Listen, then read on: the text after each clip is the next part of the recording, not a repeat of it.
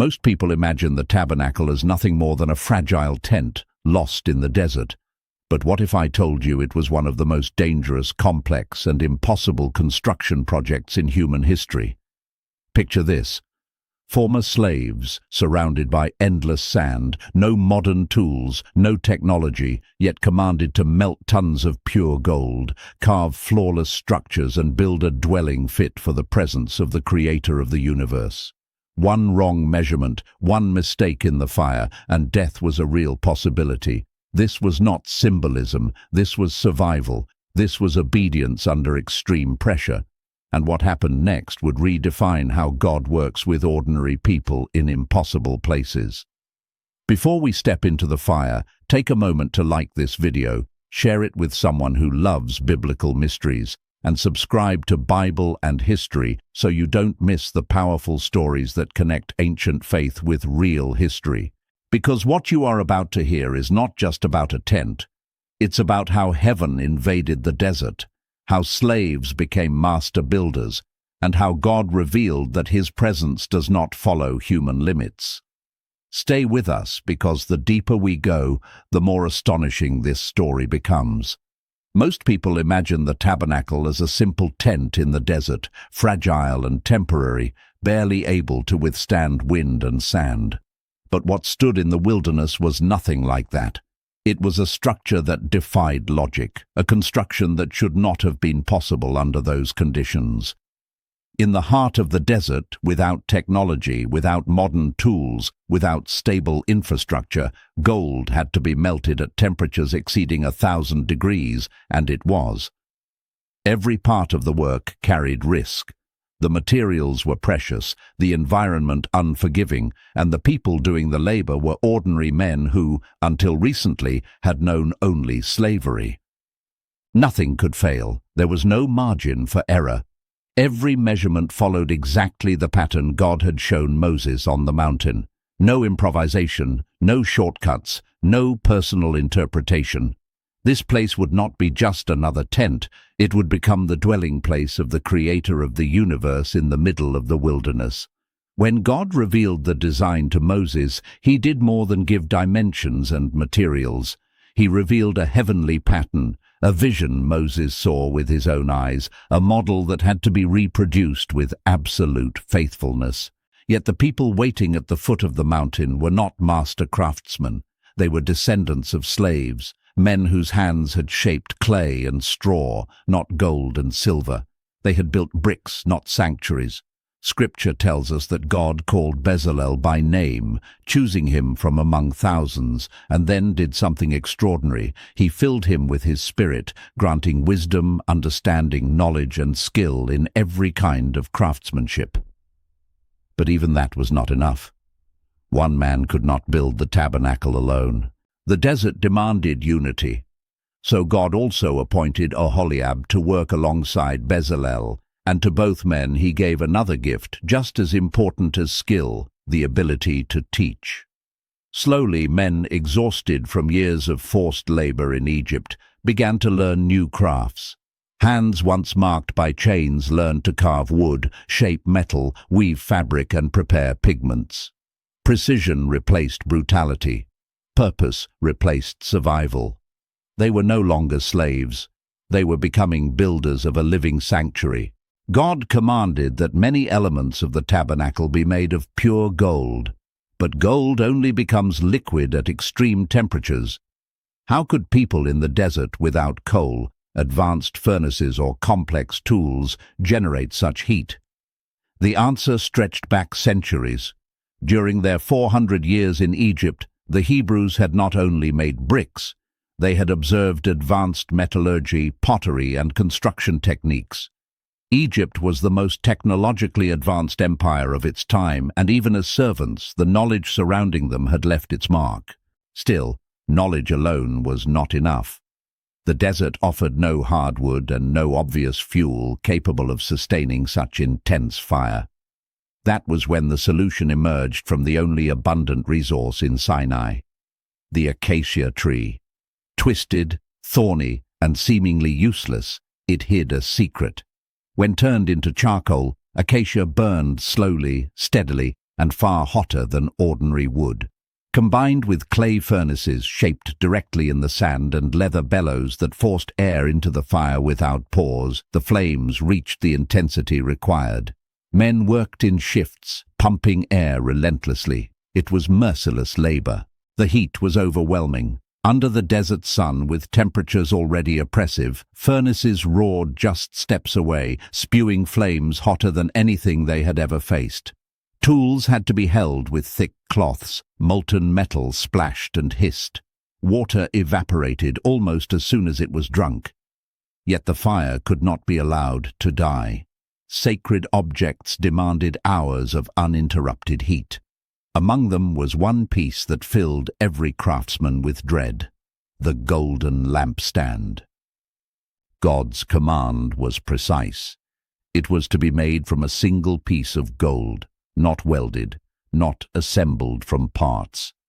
1 talent of pure gold, nearly 35 kilograms, had to be hammered and shaped into a perfect form. One mistake, a crack, a misjudged temperature, a single flawed strike, and everything would need to be melted down and started again. There, in front of that impossible fire, former slaves were being shaped alongside the gold. The metal was transformed by heat. The people were transformed by obedience. While gold was being forged in fire, another essential part of the tabernacle was taking shape quietly and patiently: its structure. The framework that would hold everything together was made from acacia wood. To many Hebrews this seemed strange. Acacia was crooked, thorny, difficult to cut, and even harder to shape. It looked unworthy of sacred use.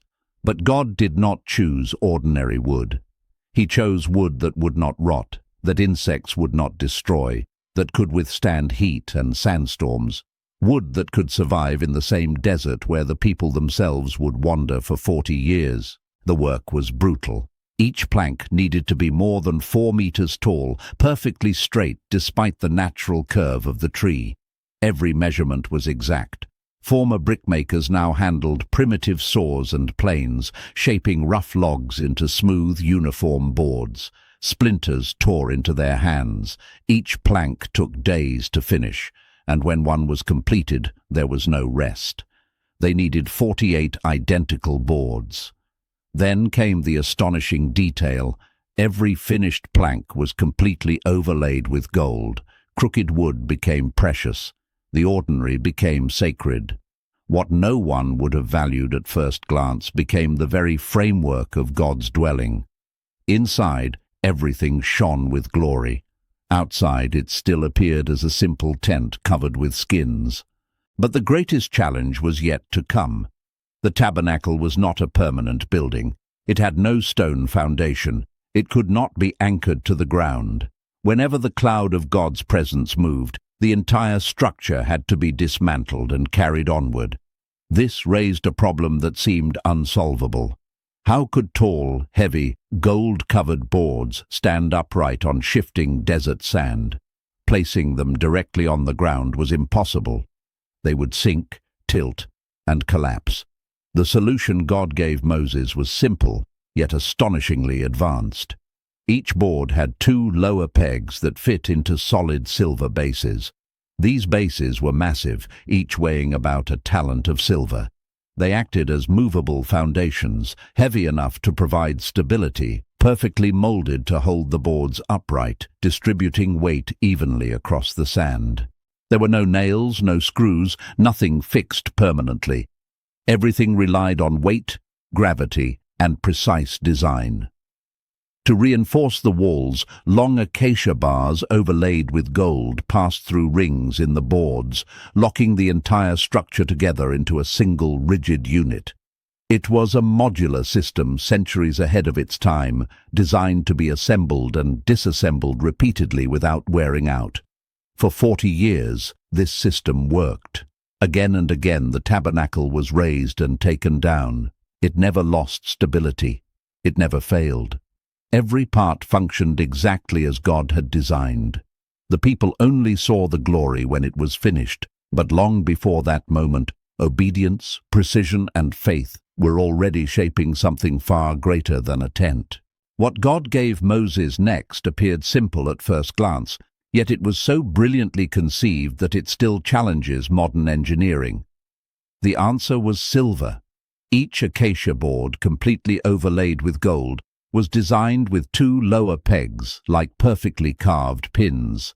These pegs did not rest directly on the sand. Instead, each one fit precisely into a solid base made of pure silver, one base for every peg.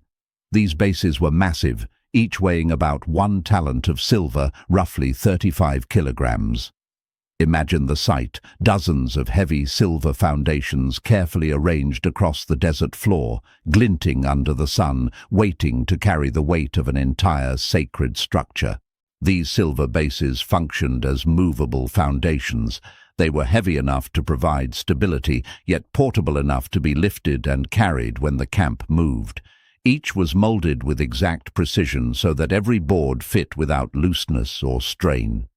The weight was evenly distributed, preventing sinking, tilting, or collapse on unstable sand. There were no nails driven into the earth, no screws, no permanent anchors. Nothing was fixed to the ground.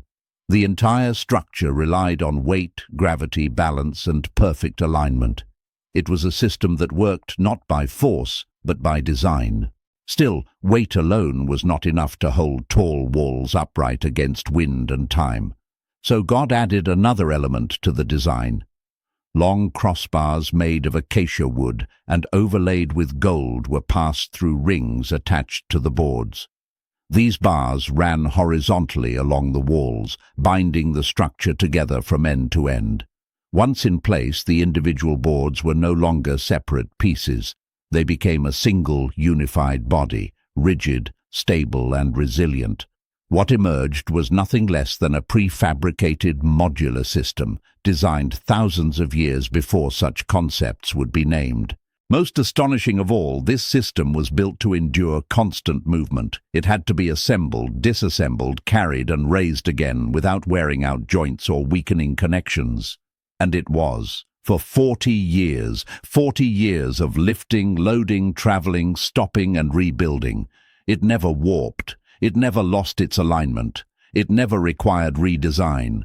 Every piece held its place because every measurement came from God and every task was carried out by hands guided by His Spirit. The people would see God's glory only after everything was finished, but long before that moment they learned to trust, strike by strike, board by board, that what God had commanded would stand. And it did. The structure rose in the desert like a golden skeleton, firm and silent, waiting. But God did not want a dwelling that was only strong. He wanted it to be beautiful, so beautiful that it reflected heaven itself. This brings us to one of the most extraordinary aspects of the entire project, the fabrics. God did not ask for simple coverings. He asked for the most complex textiles known in the ancient world.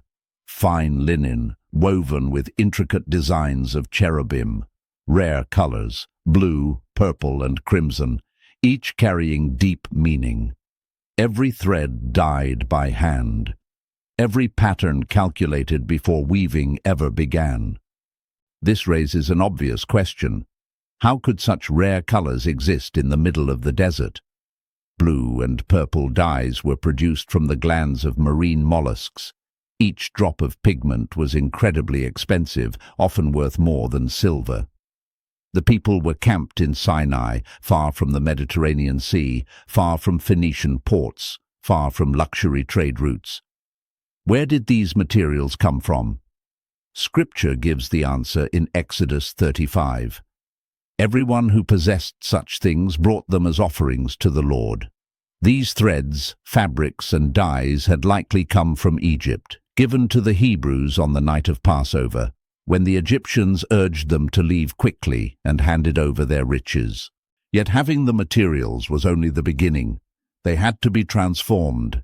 This sacred work was entrusted to those Scripture calls the skilled women of heart. They spun thread, dyed it, dried it in the sun, and repeated the process again and again until the colors matched exactly what God had commanded. Inside the tabernacle, the fabrics were woven with cherubim, not embroidered afterward, but integrated into the very structure of the cloth as it was made. This required advanced planning, mathematical precision, and complex looms. Before a single thread was woven, the design had to be imagined. Every color transition had to be calculated. Every figure had to appear in perfect proportion. One miscalculation, and a cherub would emerge distorted or misplaced. These women worked without manuals, without diagrams, without examples, creating what amounted to royal tapestries inside a tent pitched in the wilderness. The result was breathtaking. From the outside, the tabernacle appeared simple, almost unimpressive. But inside, those who entered saw a vision of heaven, cherubim overhead, rich colors reflecting the golden glow of the lampstand, fabrics worthy of kings.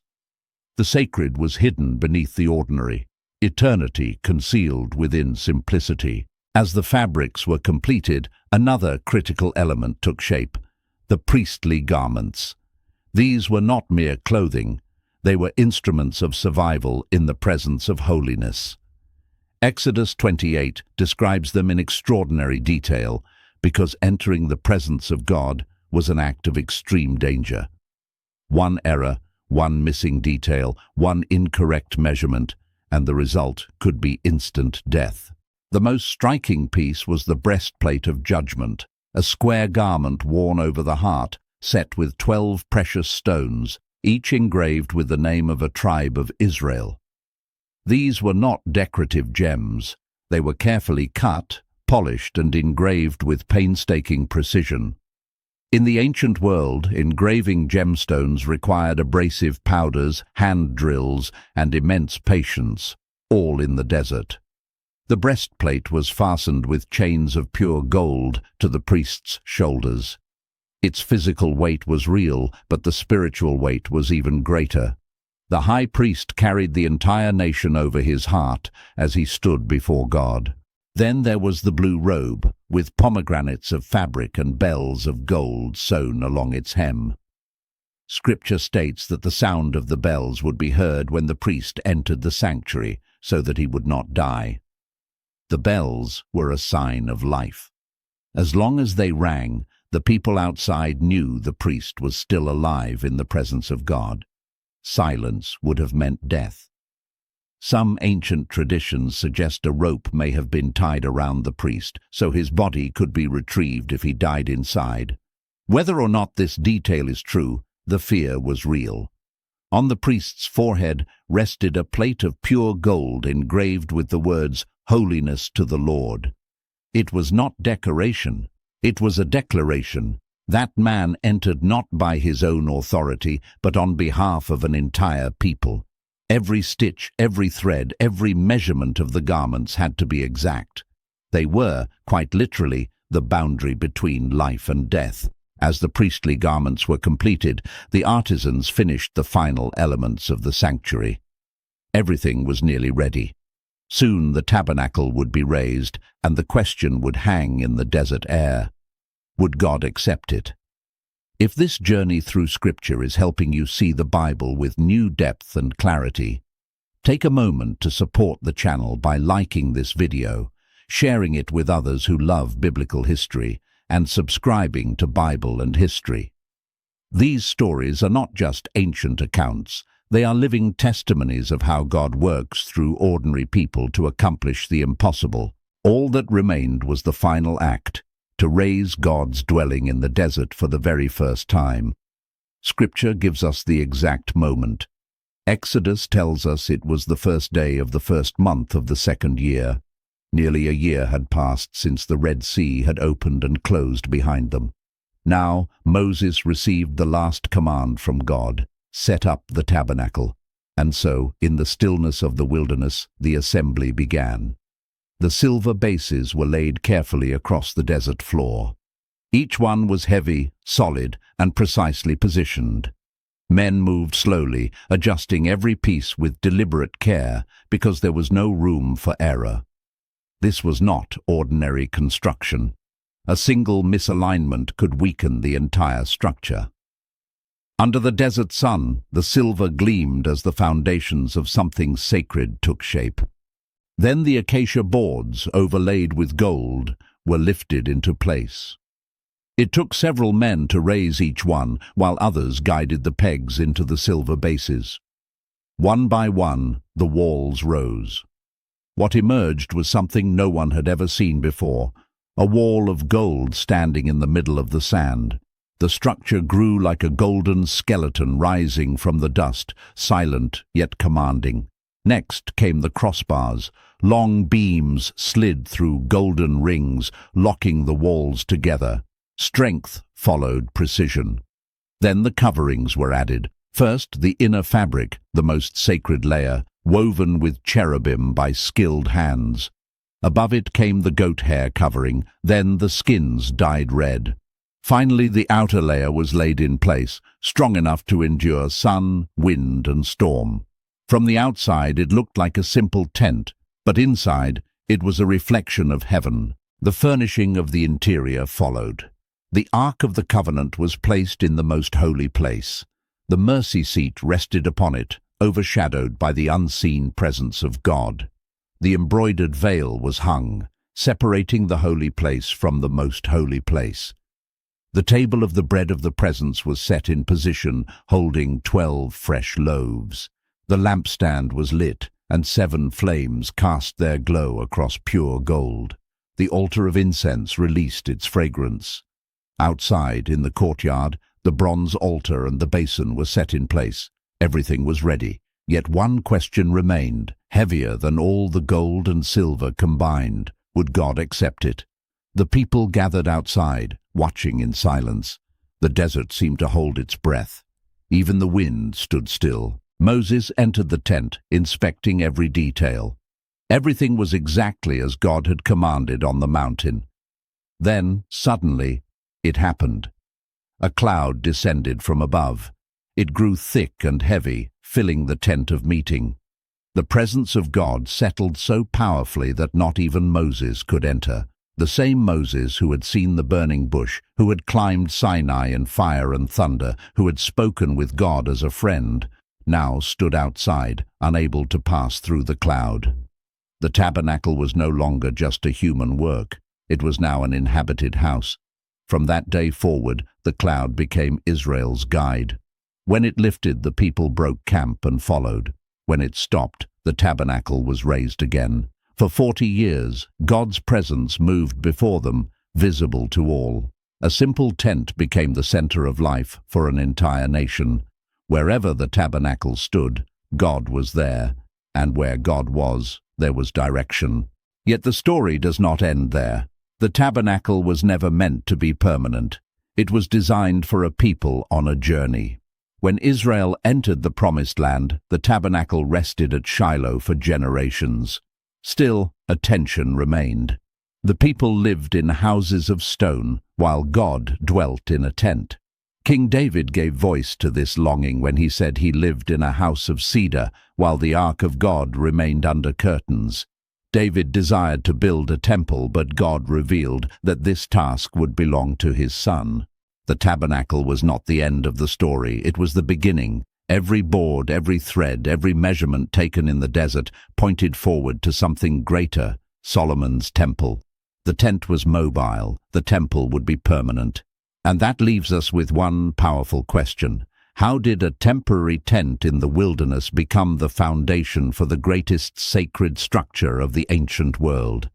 That is the story we will explore next. If you want to continue this journey through scripture and history, remember to like this video, share it with others who love biblical stories, and subscribe to Bible and History so you don't miss the next revelation.